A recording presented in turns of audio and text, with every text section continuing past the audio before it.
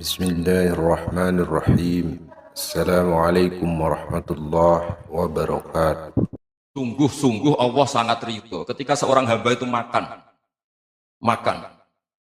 makan ketika sesuap nasi dia muji Allah, ketika minum seteguk nasi dia muji Allah. Itu kalau orang diridhoni Allah itu wali betul. Itu untuk jadi wali itu gampang. Kamu makan ridho, kamu ninjak buminya Allah ridho seneng, kamu hidup keseharian aman seneng. Nah ini supaya sampean kita semua lah, kita semua ngaji betapa panduan Rasulullah untuk menggapai ridho Allah itu banyak yang keseharian sekali. Saking kesehariannya banyak dalam hadis dan itu sahih. Nabi menyebut hal-hal yang keseharian. Hatta matas alu fi fimroatika. Kamu punya uang, kemudian istri kamu bisa makan, itu ibadah. Bahkan sebagian ibadah itu dicontohkan Nabi yang akhirnya diprotes sahabat. Yaitu, wafi buti ahadikum sodakoh. Kamu menggauli istri kamu itu ya sodakoh. Sampai sahabat bilang, yang benar ya Rasulullah. Ayati ahaduna syahwatahu wa walahu ajrun. Masa urusan biologis, urusan syahwat, kemudian dia dapat pahala. Nabi menjawab, alih salawatu aha fi haramin akana alihi wisrun. Bagaimana kalau dia meletakkan ke yang tidak benar, itu kan dosa.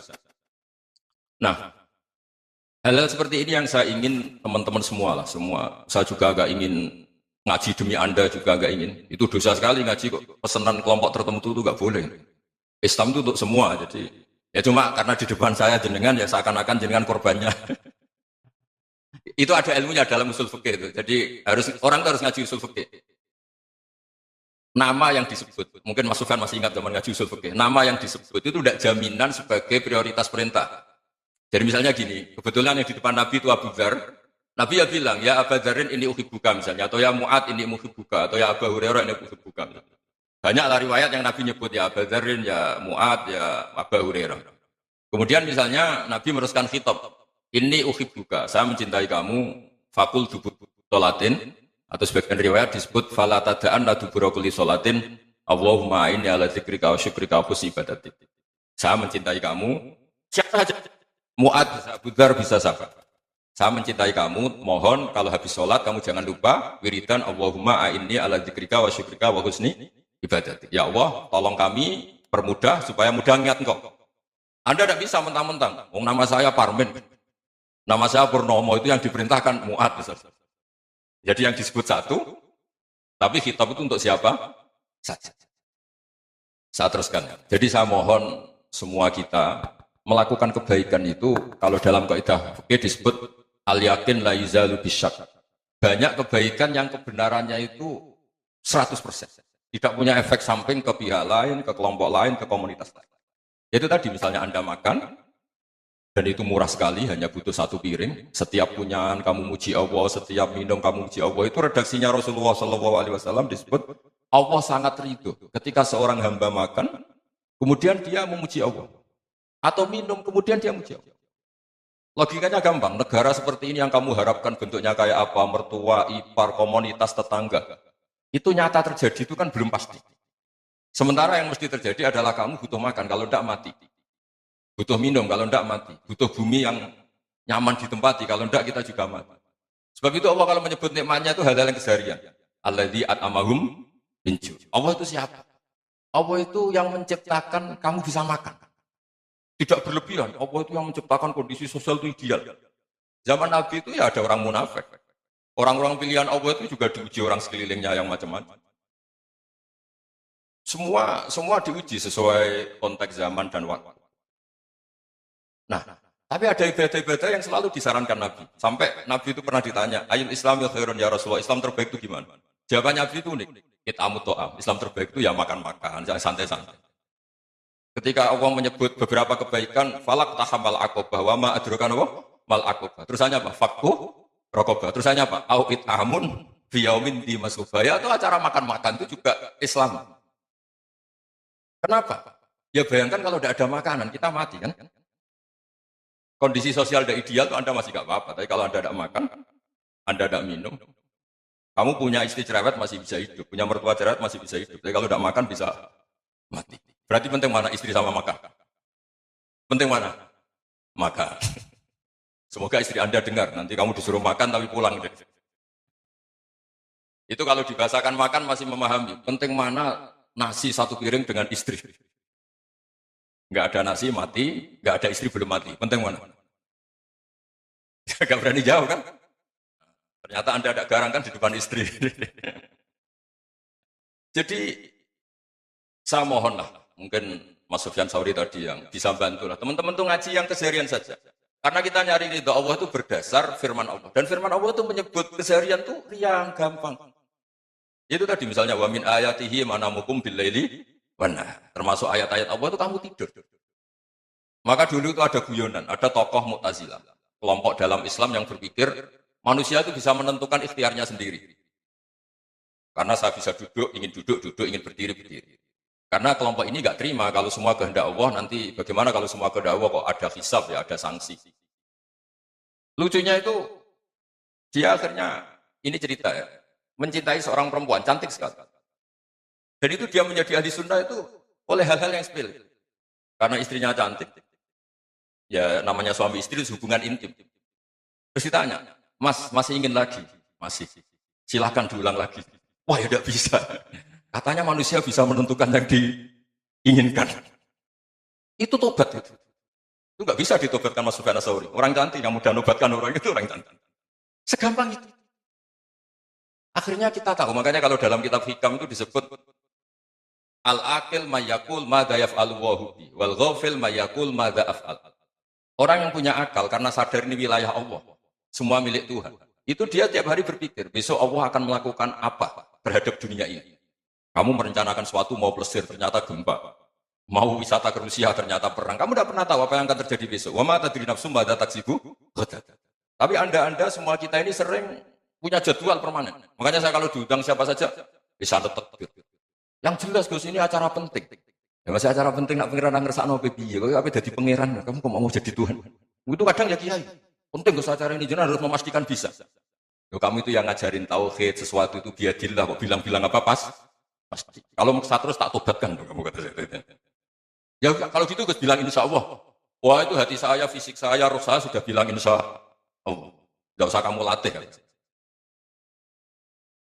Nah hal-hal tauhid keseharian itu gampang sebetulnya. Wal ghafil yaqulu madza af'al. Tapi orang yang lupa Allah dia setiap hari bilang besok apa? Kita bisa melakukan apa? Seakan-akan dia itu aktor, dia penting, dia subjek permanen, dia. Padahal kita ini hanya objek kehendak Allah Subhanahu wa taala. Subhanallah, Allahumma shalli ala sayyidina Muhammad. Karena kita yakin sesuatu yang terjadi di alam raya ini kita tidak bisa apa-apa. Makanya saya sering ngaji, sering bilang, ketika Anda mensifati Allah, Dia yang menghidupkan. Sudah itu tanamkan sehingga ketika kita mati santai saja. Kenapa santai? Allah punya cara menghidupkan kita. Zaman kita hidup juga gak tahu caranya ngelola jantung, ngelola paru-paru. Kamu juga gak tahu ngelola oksigen yang tidak beracun, tidak mengandung polusi. Tahu-tahu hidup. Gak ingin tua ya tahu-tahu tua. Gak ingin mati tahu-tahu mati. Selama ini kita hidup juga gak tahu apa. Hanya gaya tok, punya jadwal, punya planning. Kalau kamu bisa menentukan pilihan Anda, pasti Anda istrinya cantik, 4 neriman semua, kona'ah semua. Nyatanya enggak kan? Ada 1 jelek, cerewet. Oh, itu kan. Nyatanya enggak bisa apa-apa Anda kan? Dan kamu bawa mati lagi. Itu kan. Istri Anda juga gitu, punya keinginan, punya suami yang ganteng, yang jabat, yang neriman, yang enggak poligami. Ya enggak kesampaian juga. Kalau kita ngitung tingkat kegagalan kita itu gagal terus. Ya kan? Nah, terus ingat Allah, madza yaf'alu wa bi. Orang yang punya akal selalu berpikir Allah itu menghendaki apa terhadap saya. Dong sama-sama orang melihat orang yang serius. Itu kata Anda itu pemikir berat, serius. Senang punya tokoh yang merengut karena kamu anggap serius. Tapi sebagian orang anggap orang yang serius itu wong merengut, wong masam, wong muka kok ditekuk. Jadi sama itu hati ya muqallibal qulub tsabbit qalbi ala dini. Karena kita enggak tahu cara berpikir kita tentang orang lain, tentang sekeliling kita. Misalnya kita orang baik yang jenis ngurmat fakir miskin. Ada orang bangun masjid mewah itu janggal. Apa artinya masjid mewah kalau banyak orang kelaparan? Tapi kalau yang jenis pendidikan apa artinya masjid mewah kalau tidak bisa ngaji? Nanti yang jenis infrastruktur apa artinya ini kalau semuanya punya sudut pandang yang berbeda. Dan Islam mengapresiasi semua kebaikan. Tapi katakan semua kebaikan itu adalah kehendak Allah Subhanahu wa taala. Karena apapun baik Anda itu pakai fasilitas yang diberikan oleh Allah Subhanahu wa ta'ala. Sehingga ini yang disebut kulillah sumadarhum fi khawdihim yal'abun. Ya kembali tadi ke tema-tema bahwa keseharian Anda ini sudah Islam. Saat Anda tidak bisa melakukan apa saja. Saya sering ada jenazah, biasanya kalau tetangga meninggal saya sering disuruh ngelepas. Saya bilang orang ini baik, karena sering lamun di rumah, sering nganggur di rumah. Ditanya sama anaknya, kenapa Gus nganggur baik? Ya kalau dia nganggur artinya juga agak berbuat sesuatu yang maksiat kan? Ya kan, orang nganggur di rumahnya ya tidak bunuh orang, tidak maling, tidak korupsi, ya namanya nganggur di rumah. Lah cuma istri cara pandang nganggur gak menghasilkan uang ya. Tapi juga gak menghasilkan kriminal kan? Jadi sebenarnya Islam itu makanya kalau sampai ngaji usul fikih itu ada kitab usul fikih namanya Lubul Usul, itu terkenal sekali di pesantren ini. Itu kalau ngapresiasi keseharian itu luar biasa. Izma min mubahin illa wa yatahaqqaqu bihi tarku haramimma. Karena keseharian yang mubah saat Anda lakukan itu ada kehebatan yang luar biasa, yaitu meninggalkan haram. Makanya dulu banyak orang-orang alim ketemu temannya itu guyon sampai semalaman. Itu biasanya yang semangat Islam, itu kiai kok udah tahajud, kiai kok udah witir. Orang yang sedang makan uangnya banyak, malam itu udah kelayaban itu sudah luar biasa. Melawan nafsu supaya tidak maksiat itu sudah luar biasa. Supaya lupa guyon sama temannya semalaman. Sampai subuh, gejolak-gejolokan menang zaman miskin, zaman kuliah gak jelas, zaman apa. Melihatnya jangan takut tahajud. Seperti ini meninggalkan tahajud, tapi meninggalnya ini talqul muharraman. Jadi kayak apa hebatnya? Sehingga Imam Ghazali punya riwayat yang agak unik. Hatta takuna ibadatu akhiri hadil ummah iku an-naum. Jika suatu saat ibadah terbaik umat ini itu tidur. Itu kan riwayat kontroversi. Ketika Imam Ghazali saja, kenapa iya? Kenapa kamu mulai keluar dari rumah itu sudah banyak maksiat? Melihat perempuan yang enggak mahram, melihat fenomena. Tapi kalau kamu tidur itu enggak melihat apa-apa. Tapi juga kamu jangan menganggap tidur itu ibadah betul. Saatnya melakukan berdoain malah masih tidur. Tapi itu sudut pandang yang menjadikan kita Islam itu gampang. Jadi saat Anda tidak bisa aktivitas apa-apa, misalnya ada beberapa orang yang lumpuh. Lumpuh itu memang nggak bisa Jumatan, nggak bisa ibadah, tapi dia juga nggak bisa maksiat. Tidur itu memang Anda saat itu nggak bisa tahajud, nggak bisa witir, tapi saat itu ada zina, ada maling, ada gosipkan orang, ada bully orang, ada menanamkan kebencian, ada hasud. Sehingga tidur menurut Allah Ta'ala, wa min ayatihi manamukum billaili apa? Benar. Karena di tidur itu selain ada unsur istirahat, jaga stamina, juga ada unsur meninggalkan beberapa keburukan. Nah saya mohon ibadah yang keseharian ini kita jaga. Supaya kita semua baca ayat itu fasih. Fasih itu tertanam di hati. Allah itu siapa? Alladzi at'amahum min ju'i wa amanahum min khauf. Dan Allah kalau cerita di Quran, anna sababnal ma'a sabba thumma syaqaqnal ardana wa syaqqa fa ambatna fiha habba wa inaba wa qadba wa zaituna wa nakhla wa hadaika hulba. Kamu tahu saya ini siapa kata Allah? Saya ini adalah Tuhan yang menurunkan air. Kemudian ada tanaman banyak. Habba wa inaba wa qadba, ada zaitun, ada tin, kalau orang Jawa mungkin ada tela, ada padi, ada mangga, ada pisang. Sudah. Wa inaba wa zaituna wa nakhla wa hadaika hulba. Ada perkebunan yang lebat. Tujuannya apa? Mata Allah, silahkan kamu pakai, kamu nikmati. Tapi karena kadang kita ini punya ide-ide besar. Tadi untuk syukur saja nunggu punya istri riman, rumah baik, tetangga baik, komunitas baik, semuanya baik baru syukur. Lama-lama nanti ada di surga, syukurnya nunggu surga paling kelas A. Itu sudah ada yang menghuni Rasulullah, kamu nggak boleh di situ. Masa untuk syukur saja? Repotnya Masya Allah. Jadi mohon Al-Quran yang kalau Anda hafalkan bersama itu kan ada ayat-ayat yang kayak tadi. Ya, hal yang duril insanu ilah to'am. Coba lihat, apa yang kamu makan ini? Dari mana? Dan untuk mempertahankan hidup kamu, keseharian. Jadi jangan kira ibadah itu harus membentuk komunitas yang versi Anda. Ibadah itu harus yang hal yang mulu-mulu. Kesehariannya Anda alami. Loh ini saya tidak bikin-bikin. Saya ngaji bukan karena berdasar pesanan.